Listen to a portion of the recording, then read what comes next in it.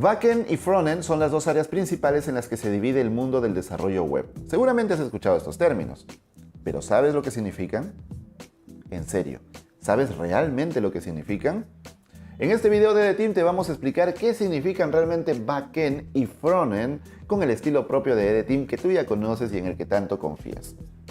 Si ya te dedicas al mundo del desarrollo web, te invito a ver este video porque seguramente te cuenta algunos detalles que quizás no conocías. Y si estás comenzando o piensas comenzar en el mundo del desarrollo web, te recomiendo quedarte hasta el final de este video porque te va a ayudar muchísimo a elegir la especialidad en el mundo del desarrollo web que debes tomar.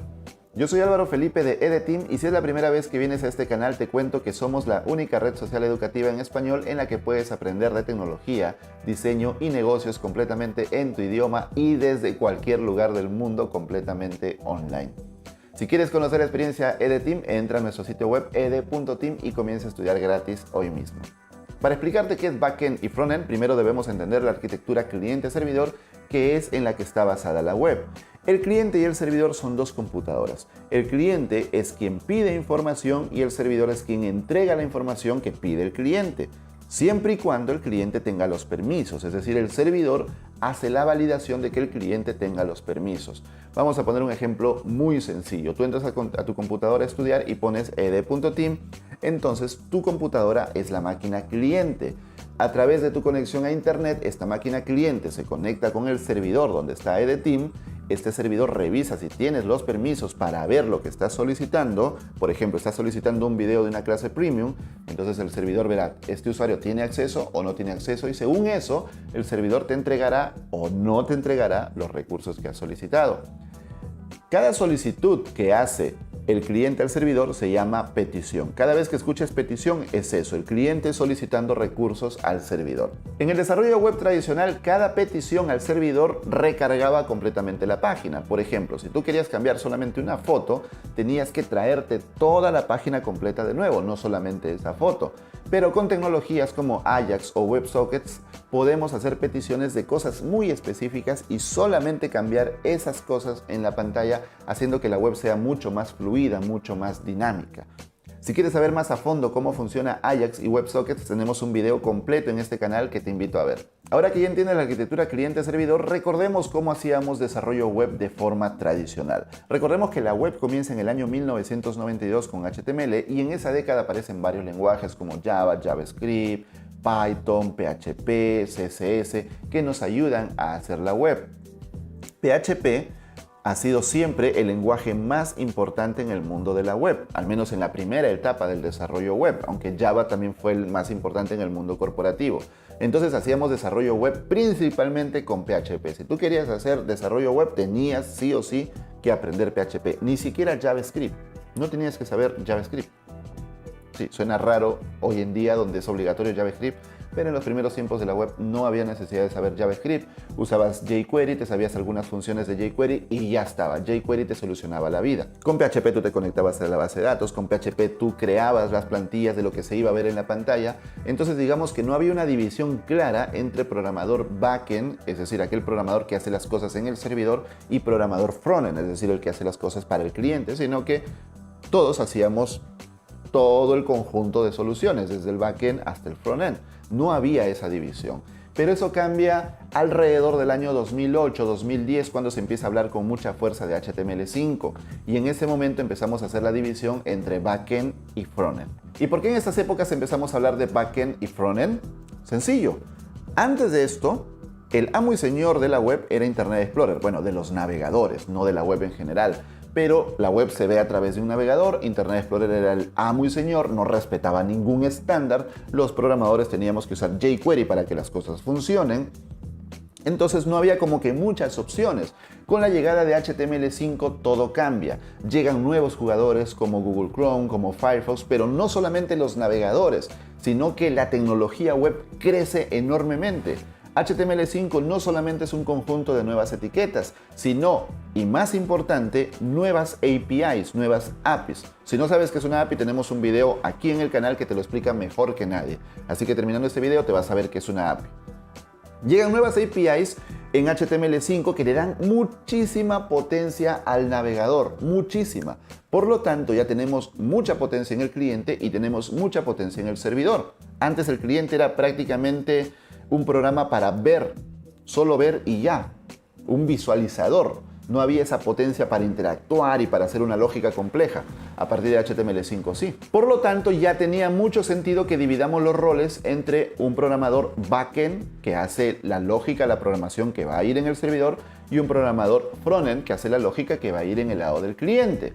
Pero acá viene una pregunta: ¿cómo conectamos ambos?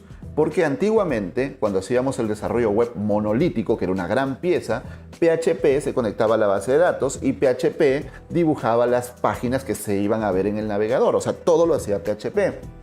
No había como esa división. Pero ahora que ya hay esa división, ¿cómo conecto a backend y frontend? Con lo que acabo de decir hace un momento, con una API o API. La API es la que se encarga de conectar backend y frontend. De esa manera, un frontend puede funcionar con cualquier backend. No importa. Tú puedes tener un frontend cuyo backend sea PHP, o que sea Python, o que sea Java, o que sea Go, o que sea Node.js. No importa. Es el mismo frontend. Lo que hace este frontend es conectarse a los datos a través de esa API. Este concepto es muy importante y es básico que lo entiendas. Frontend, backend, API para conectarlos. Muchos novatos, por ejemplo, dicen, van a sacar un curso de Angular, pero no han dicho con qué backend lo van a hacer. Es que no importa. Es decir, no es que no importe el backend, sino no importa con qué backend lo hagas, con qué tecnología lo hagas en el backend, porque la API se encarga de conectar el frontend con cualquier backend. Entonces recuerda, frontend, backend, y la API es la que conecta a ambos. Hablemos ahora del desarrollo frontend, que a mi modo de ver tiene 3 etapas. La primera etapa comienza alrededor del año 2008-2010 con la llegada de HTML5, CSS3, que ojo, nunca hubo CSS3, fue una campaña de marketing para darle mucha fuerza a la nueva web. En 2010 aparece AngularJS, que es el primer framework importante en el mundo frontend. Yo incluso me atrevería a decir que con AngularJS empezamos a hablar como tal de frontend. Es cierto que ya había soluciones antes como Backbone.js, pero el paradigma declarativo de Angular le encantó a la comunidad. Declarativo significa que le dices a la tecnología qué va a hacer, pero no cómo. El cómo ya es su problema. Entonces es una sintaxis muy fácil de entender, las famosas directivas de Angular, si tú has hecho Angular. Entonces, a través de directivas le decías si va a ser un ciclo, si va a ser una validación, si va a imprimir cosas. Era muy sencillo, eso le gustó mucho a la gente. Por esos tiempos también viene Node.js y viene Mongo, entonces JavaScript empieza a ser el hype total porque se empieza a hablar de JavaScript para todo, JavaScript everywhere. Con Node.js hacíamos el backend, con Mongo la base de datos, con Angular el frontend, entonces se empieza a hablar del stack min, es decir, Mongo, Express, Angular y Node.js, es decir, un stack es todo el conjunto de tecnologías que usas para desarrollar. Entonces hablábamos de min como la nueva revolución del desarrollo web, todo con JavaScript. Ese es el primer momento del desarrollo frontend. La segunda etapa del desarrollo frontend comienza en 2015 con la llegada de ECMAScript 6, la sexta versión de JavaScript. En realidad la quinta, porque la cuarta nunca salió, pero esa es otra historia. Tenemos un video también en el canal donde te contamos la historia de JavaScript que puedes ir a revisar. El punto es que ECMAScript 6 trae muchísimas funciones nuevas que los programadores estaban esperando muchísimo. Lo que lo hace un lenguaje mucho más poderoso. Soluciones que antes se hacían con librerías, ahora se podían hacer con JavaScript nativo, con Vanilla JavaScript. Por ejemplo, jQuery. ECMAScript 6 significa ya la muerte de jQuery. Es cierto que se sigue usando porque obviamente hay empresas que tienen jQuery de muchos años atrás y no lo van a botar simplemente por moda. Pero para los nuevos proyectos jQuery ya deja de ser relevante porque JavaScript solo es capaz de hacer lo que jQuery hacía antes. Y muchas cosas más, obviamente. A partir de ECMAScript 6, JavaScript empieza a actualizarse año tras año. ECMAScript 7, ECMAScript 8, ECMAScript 9 y así sucesivamente. Ya se deja ese desarrollo tan lento que había antes y gracias al desarrollo tan fuerte de la web, JavaScript se empieza a actualizar duro. Pero no solamente es ECMAScript 6, sino que en 2013 llega React.js, que es el segundo gran momento después de Angular. Y es que Angular como que se quedó dormido, sacaron un Angular 2 que no tenía nada que ver con el Angular 1, la comunidad se dividió, un ex programador de Angular, Evan You, creó Vue.js, que era como un recuerdo al Angular 1 para la gente que no le gustaba el Angular 2, entonces el mundo se dividió en tres. AngularJS o Angular ya, a partir de la versión 2 le quitaron el JS, React.js, que cambió completamente el paradigma del desarrollo web, y Vue.js, que a la comunidad le encantó, por un lado porque no viene de una gran corporación como Angular, que viene de Google, React de Facebook, sino que Vue venía directamente de la comunidad, pero que recordaba al Angular 1 declarativo con las directivas tan sencillas de entender que a mucha gente le gustó. Y en este momento también viene GraphQL, que es una alternativa a las API REST. Como hemos hablado, las APIs son una conexión entre backend y frontend. El tipo más usado de APIs son las REST, las API REST. Y en las API REST hay que solicitar a través de un endpoint, que es una URL, los datos. Entonces, si tú necesitas datos de los usuarios, necesitas un endpoint. Si tú necesitas datos de los cursos, por ejemplo, otro endpoint. Datos de las ventas, otro endpoint. Datos de los blogs, otro endpoint. Y así son muchos endpoints. Entonces hay que estar solicitándole a backend un endpoint para cada dato que frontend necesite. GraphQL llega con la idea de que haya un solo endpoint, uno solo, y a través de ese endpoint se puedan hacer todas las solicitudes que se necesiten. Entonces es un cambio de paradigma también. Y la tercera etapa del desarrollo web es la que estamos empezando a vivir. Digamos que en el 2018, 2019 empezó a hablarse de esto y poco a poco va a tener mucha más fuerza, que está marcada, a mi modo de ver, principalmente por dos tecnologías. WebAssembly, que es tener código nativo funcionando dentro del navegador, es decir, ya no interpretado. Recuerda que hay lenguajes interpretados y lenguajes compilados. Entonces, con WebAssembly tú puedes escribir código con C, con C++, con Rust o con otros lenguajes, compilarlo y ese compilado meterlo como una librería al navegador, para que el navegador la ejecute, no la interprete como hace con JavaScript. Con lo cual, WebAssembly permite cosas imposibles de hacer antes con JavaScript y con mucho mayor rendimiento. Pero acá debo hacer una aclaración. Con WebAssembly, JavaScript sigue siendo el único lenguaje que funciona en el navegador, porque en WebAssembly tú compilas y luego el compilado lo llevas al navegador. Y la otra tecnología es Houdini, que nos permite meternos al motor de CSS, que nunca lo podíamos ver, era como algo cerrado bajo 7 llaves, al que nunca podíamos acceder. Es decir, nosotros poníamos border button 2 píxeles solid red y aparecía, pero no sabíamos qué estaba pasando internamente en el navegador para que eso suceda. Ahora ya podemos meternos al motor de CSS e incluso crear nuestras propias propiedades sin esperar a que la W3C saque un nuevo estándar, que los navegadores lo implementen y bla bla bla. Nosotros podemos crear nuestros propios estilos y nuestras propias propiedades CSS metiéndonos al motor a través de Houdini. Ese es el tercer momento y está ocurriendo ahora mientras grabo este video. Una confusión común cuando se habla de desarrollo frontend es que como frontend es lo que se ve en la pantalla del navegador, la gente asume que un programador frontend debe saber diseñar los colorcitos, los botoncitos, las animaciones, que el programador debería hacer eso, y eso es falso. Un programador frontend no tiene por qué hacer eso. Un programador es un programador, no es un diseñador.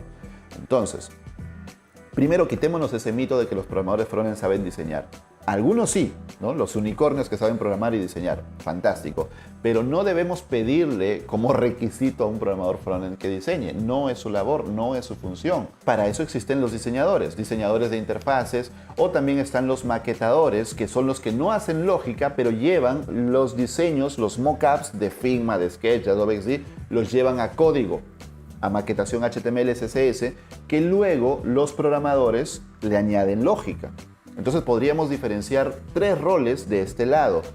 El diseñador UI, que es el que se encarga de diseñar la interfaz en un programa de diseño como Sketch, como Figma o como Adobe XD.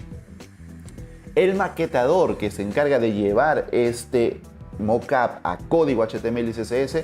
Y el programador frontend, que es el que agrega toda la lógica, consume las APIs, hace las validaciones, hace toda la lógica del lado del frontend. ¿Y qué hay del desarrollo backend? Si tú eres programador backend, todo el código que tú escribas se va a ejecutar en un servidor. Tú eres el encargado de la lógica de negocio. ¿Qué cosa es lógica de negocio? Todas las funciones que necesita tu cliente. Por ejemplo, si estás haciendo un software de contabilidad, tú necesitas que se muestren los reportes por mes o que se organicen por cantidades. Eso es lógica de negocio, esas soluciones que tú desarrollas para el cliente. Una labor fundamental de todo desarrollador backend es saber crear una API o API. ¿Por qué? Porque recuerda nuevamente que un frontend se conecta con un backend a través de una API. El frontend consume la API, lee la API, pero el backend es quien debe crearla. Entonces, si tú eres programador backend, tienes que saber sí o sí cómo crear una API en el lenguaje que tú quieras. En el desarrollo de esta API vas a tener que conectarte a una base de datos y tú decidir qué datos exponer para que pueda consumir frontend. Es decir, un backend también tiene que conectarse a las bases de datos. Frontend no se conecta a la base de datos, frontend se conecta a una API y el backend es quien controla qué datos expone o qué datos no. Entonces acá viene una pregunta, si yo soy backend, ¿necesito saber de base de datos? Técnicamente no, es recomendable sí. Pero existen soluciones llamadas ORM que nos permiten conectarnos, si somos backends, a una base de datos sin necesidad de saber SQL, que es el lenguaje de consultas. Pero el punto es que ya sea con SQL o ya sea a través de un ORM, un backend tiene que conectarse a una base de datos y de esa manera, a través de una API, exponer la data para que frontend la pueda consumir. Esa es tu labor como backend. El desarrollo backend tradicionalmente ha sido monolítico, es decir, un solo backend gigantesco, enorme, que va creciendo como un monstruo. Pero hacia esta fecha se empieza a hablar de la arquitectura de microservicios. Esta arquitectura permite que tú puedas dividir las soluciones en diferentes paquetes, incluso en diferentes servidores. Entonces, por ejemplo, en EDTeam la lógica del registro de usuarios está en un paquete, en un servidor. La lógica para ver los cursos está en otro servidor, las ventas está en otro servidor y en paquetes diferentes. Eso tiene muchas ventajas. En primer lugar, que cada paquete está aislado del resto, así que si tienes que corregir algo, algún error, solamente lo corriges ahí sin afectar a todo el resto del backend. Así como el reto principal del programador frontend es que su código funcione en todos los navegadores, porque si tú eres frontend sabes a qué me refiero, porque funciona bien en Chrome, pero no funciona en Firefox, funciona en Safari y no funciona en Chrome, es una locura total. Los retos del programador backend son otros, principalmente seguridad y rendimiento. Rendimiento por el tema de concurrencia. Mientras más usuarios hayan, más lentos se pueden poner los servicios, entonces hay que estar viendo siempre de que rinda bien el sistema. Y la seguridad, porque si bien es cierto que podemos poner una capa de seguridad en el frontend, es fácil de alterarla. Siempre backend debe validar todos los datos que pasan para evitar problemas. Y en los últimos años he estado hablando de una tendencia de backend como servicio. Si tú eres programador backend, quizás esto no te guste mucho. Si tú eres frontend, seguramente esto te alegra bastante, porque el backend como servicio significa tener backend disponible sin necesidad de programadores backend, es decir, usar alguna plataforma que ya te dé soluciones de backend listas. Tú solamente consumes la API y ya está. Tal vez la más conocida hasta el momento es Firebase. Firebase es un backend como servicio. Te da, por ejemplo, registro de usuarios, te da base de datos, te da almacenamiento. Entonces tú simplemente entras al panel de Firebase, configura lo que tengas que configurar. Desde frontend consumes la API de Firebase y ya está. Puedes hacer una aplicación completa sin backend. Bueno, sin tener backend en tu equipo, porque sí tienes backend, pero solo que está en Firebase. En el mismo camino tenemos algo llamado serverless, que son servicios que se consumen solo cuando sean necesarios. Es decir, los servidores, por decirlo así, se encienden cada vez que tú necesites el servicio y cuando ya no lo necesitas se apagan. Y cuando necesitas más de esos servicios, los servidores crecen a demanda. Eso es serverless. Entonces ya no necesitas un servidor prendido todo el tiempo para un consumo pequeño y estar pagando demasiado. Y también están los servicios en la nube. Así como Firebase, los proveedores de nube nos dan servicios de backend listos para consumir. Por ejemplo, un buscador. Si tú necesitas un buscador en tu sitio web, puedes usar la tecnología de Google, puedes usar la tecnología de Microsoft, de Bing, y crear un buscador en tu sitio web. Ya Microsoft o Google se encargan de hacer toda la indexación de tu sitio web y te entregan un endpoint que tú puedes consumir desde el frontend e imprimir un buscador en tu sitio web sin haber hecho nada de backend. Obviamente luego tienes que pagar el recibo cada mes por lo consumido, pero es una tendencia que cada vez toma más fuerza, tener backend como servicio sin tener que desarrollarlo dentro de tu equipo. Y así como en el lado del frontend se suele creer que un programador frontend debe saber también diseñar, se suele creer que un programador backend debe saber administrar servidores y debe saber administrar bases de datos, lo cual no es así. Obviamente en equipos pequeños no nos queda otra que el backend haga todo eso, pero lo ideal es que sean por lo menos 3 roles. Un backend como tal, un administrador de base de datos que es quien diseña y administra la base de datos, y una persona encargada de la administración de los servidores o de cloud computing. Entonces, si eres programador backend, no deberías estar instalando certificados SSL. No es que esté mal, solamente estoy hablando de una división de funciones, porque obviamente saber más cosas te ayuda un montón como profesional, y si lo sabes hacer, mejor aún. Para terminar este video hablemos de los stacks. ¿Qué es un stack? Es una pila de tecnologías, un conjunto de tecnologías que se utilizan para desarrollar una aplicación, una solución, un software.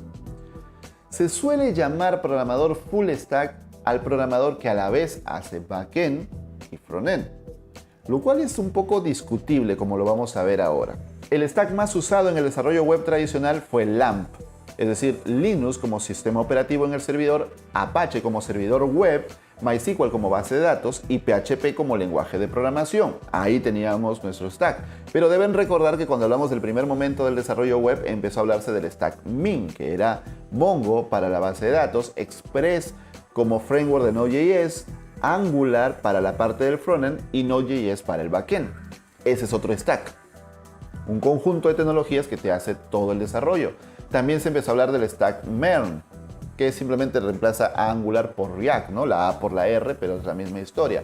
El punto es que el desarrollo web es tan complejo que los stacks pueden ser muy diferentes en cada caso. Por ejemplo, este es el stack de The Team. Utilizamos Linux en los servidores, Postgres como base de datos, Go como lenguaje de backend, Echo como framework de Go, Node.js y Next.js para el server-side rendering, React.js en el frontend y EdgeGrid para los estilos. Me pregunto yo, si nosotros quisiéramos contratar un full stack, tendría que saber todo este stack.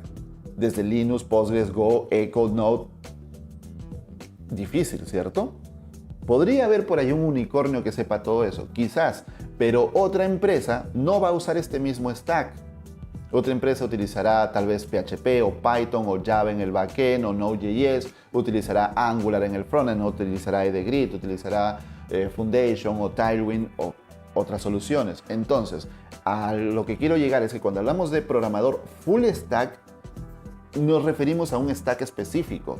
No puede haber un programador full stack en todos los stacks. Porque, por ejemplo, si bien es cierto, en frontend tenemos JavaScript, tenemos CSS y HTML y ahí se murió. Claro que con JavaScript hay muchas tecnologías, React, Angular, Vue, etc. En el lado del backend hay muchísimos lenguajes. Puedes hacer backend con Java, con PHP, con Go, con JavaScript, etc.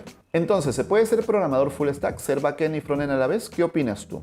Yo en lo personal pienso que es bastante difícil porque, como ya hemos visto, hay varios stacks diferentes, hay varias tecnologías diferentes y si dominar una tecnología es muy complejo, dominar tantas me parece una absoluta locura. Pero igual, cuéntame si eres full stack, si eres backend, si eres frontend, en qué te especializas y qué te ha parecido este video. Espero que te haya gustado mucho. Como todo video de The Team lo hemos hecho con mucho cariño, con mucho esfuerzo, con un montón de cortes de edición, con muchas horas de grabación para que tú te lleves un gran conocimiento a tu casa. No te olvides de seguirnos en este canal y visitarnos en nuestra web ed.team para que aprendas de tecnología, diseño y negocios.